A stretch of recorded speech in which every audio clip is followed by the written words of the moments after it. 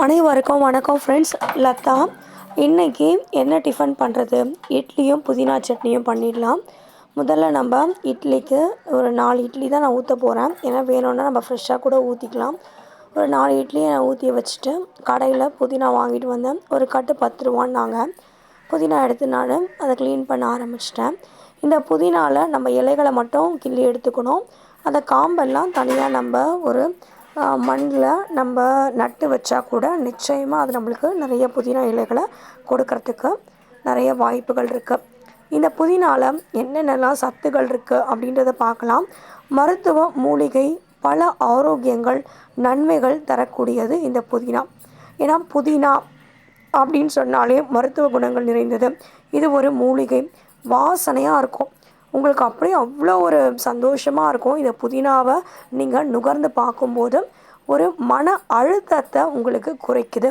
அதே மாதிரி உங்களுக்கு சளியா இருமலா நிச்சயமாக இந்த புதினாவை நீங்கள் தொடர்ந்து சாப்பிட்டுட்டே வந்தீங்கன்னா அது எல்லாமே உங்களுக்கு இல்லாமல் போயிடும்.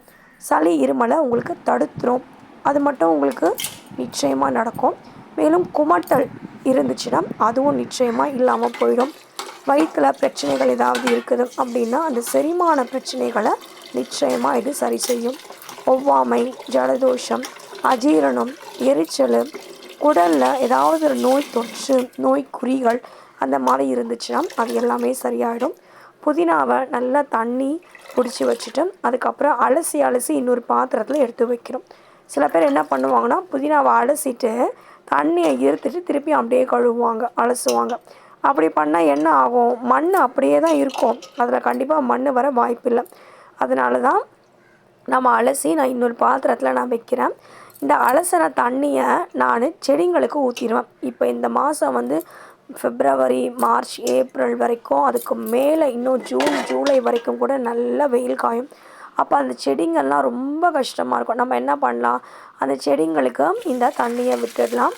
அதனால் நம்மளுக்கு உண்மையிலேயே ஒரு பெரிய சந்தோஷம் வரும். ஒரு உயிருள்ள ஒருத்தருக்கு நம்ம தண்ணி கொடுத்து சாப்பாடு போட்ட சந்தோஷம் வரும். நீங்கள் செடிங்களுக்கு தண்ணி விட்டிங்கன்னா தண்ணியை நீங்கள் பிடிச்சி நீங்கள் ஃப்ரெஷ்ஷாக கூட நீங்கள் விடணும்னு நான் உங்களுக்கு சொல்லலை. ஏன்னா வெயில் காலம், சென்னையில் தண்ணி பஞ்சம் அதிகமாகவே இருக்கும் நிச்சயமாக. அதனால் நீங்கள் இந்த மாதிரி காய் அலசுகிற தண்ணி, அரிசி கழுவுற தண்ணி இதெல்லாம் நீங்கள் நிச்சயமாக செடிங்களுக்கு விட்டுடுங்க அப்படின்றது. இப்போ நான் 2 வாட்டி நான் அலசிட்டேன். 3வது வாட்டி எடுத்து நான் அலச போகிறேன். ஸோ இப்போ எனக்கு பார்க்கும்போது அந்த க்ரீனிஷ் கலர் அந்த ஒயிட் கலர் வாட்டரில் நல்லா எனக்கு கிளியராக கிறிஸ்டல் கிளியராக இருக்குது. ஸோ அதனால் எனக்கு இது போதும். நான் தண்ணி விட்டு அலசினது. இப்போ நான் இதை தனியாக எடுத்து ஒரு தட்டில் நான் வச்சுக்கேன். வச்ச உடனே கொஞ்சோண்டு எண்ணெய் விட்டு, எண்ணெய் நல்லா காஞ்ச பிறகு கொஞ்சம் உளுத்தம்பருப்பு, எனக்கு காரம் அதிகமாக வேண்டாம்.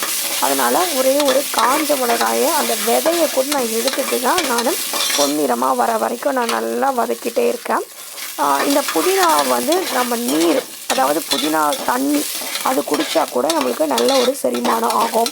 அதே மாதிரி ஏதாவது நோய்கள், கீழ்வாதம் இருந்துச்சுன்னா அது சரியாகும் புதினா சாப்பிட்டா. அறுவை சிகிச்சைகள்லாம் பண்ணிட்டு வந்தவங்க இந்த புதினாவை சாப்பிட்டாங்கன்னா அறுவை சிகிச்சைக்கு பின்னாடி இருக்கக்கூடிய அந்த ஒரு குமட்டல், வாந்தி, வயிற்றுப்போக்கு அது எல்லாமே அவங்களுக்கு இல்லாமல் போயிடும் அப்படின்றது தான். நீங்கள் இந்த அதாவது இந்த உளுத்தம்பருப்பு, காஞ்ச மிளகாய் போட்டு நல்லா வதக்கிட்ட பிறகு கொஞ்சம் இஞ்சி, ஒரு துண்டு பூண்டு, ஒரு 2 பல் போட்டு நல்லா வதக்கிக்கோங்க. வதக்கிட்டு நீங்கள் அலசி வச்சுருக்க முதல்ல நீங்கள் கருவேப்பிலையை போட்டுருங்க. கருவேப்பிலையை போட்டு நல்லா பொரிஞ்சு வந்த பிறகு அதுக்கப்புறமா நீங்கள் புதினாவை போட்டுருங்க. நல்லா வதங்கி வரும், சுருண்டு வரும். போடும்போது நம்மளுக்கு நிறையா இருக்க மாதிரி இருக்கும், சுருண்டு வரும். சுருண்டு வரும்போது கொஞ்சம் தேவையான அளவு புளி, கொஞ்சோண்டு உப்பு திட்டமாக போட்டு அதை நீங்கள் என்ன பண்ணுறீங்கன்னா நல்லா ஆற வச்சிடணும். சூடாக போட்டால் கண்டிப்பாக நம்மளுக்கு அந்த மிக்சியோட அந்த பிளேடெல்லாம் நம்மளுக்கு போகிறதும்.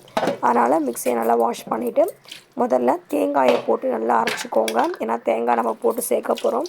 தேங்காயை நல்லா அதாவது பீசஸாக அரைச்சினா அது சின்னதாக பொடியை கட் பண்ணிக்கோங்க.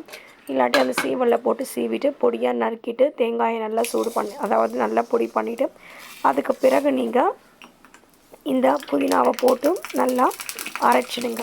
புதினாவை போட்டு கொஞ்சம் கொஞ்சமாக தண்ணி விடாமல் முதல்ல அரைச்சிட்டு அதுக்கு பிறகு நீங்கள் அரைச்சி இந்த புதினாவை நீங்கள் அது கூட வெறும் கடுகு மட்டும் தான் நான் போட்டிருக்கேன். கொஞ்சோண்டு பெருங்காயத்தூள் போட்டிருக்கேன், வேறு எதுவும் போடல. ஸோ இந்த தேங்காய் நல்லா பொடி பண்ணிட்டேன்னா இந்த தேங்காய் கூட நீங்கள் வச்சுருக்க ஆற வச்ச இந்த புதினாலாம் சேர்த்து வதக்குனீங்கல்ல, அதெல்லாம் எடுத்து போட்டு முதல்ல தண்ணி விடாமல் ஒரு பல்ஸ் ஓட்டிட்டு அதுக்கப்புறமா நீங்கள் கொஞ்சம் தண்ணி விட்டு விட்டு அரைச்சிங்கன்னா உங்களுக்கு புதினா துவையல் சரி ரெடி ஆகிடும். அதே மாதிரி தாய்ப்பால் கொடுக்குற தாய்மார்களுக்கு கூட இந்த புதினாவை உணவுகளில் சேர்த்துக்கிட்டாங்கன்னா நிச்சயமாக அதிகமான தாய்ப்பால் சுரக்க வாய்ப்பு இருக்கும். எவ்வளோ நன்மைகள் கிடைக்கக்கூடிய இந்த புதினாவை நீங்கள் சாப்பிடுங்கன்னு சொல்கிறேன். சாப்பிடுங்க, ஆரோக்கியமாக இருங்க. நிறைய நல்ல விஷயத்த நல்லதை உலகத்துக்கு செய்ய. நம்ம வந்த உலகத்துக்கு நிச்சயமாக நம்மளால் முடிஞ்ச பல நல்ல விஷயங்களை நம்ம செய்யணும்.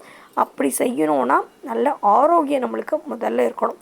அந்த ஆரோக்கியத்துக்காக இன்றைக்கி லதா உங்களுக்கு சொன்ன சூப்பரான துவையல் புதினா இட்லி. நன்றி.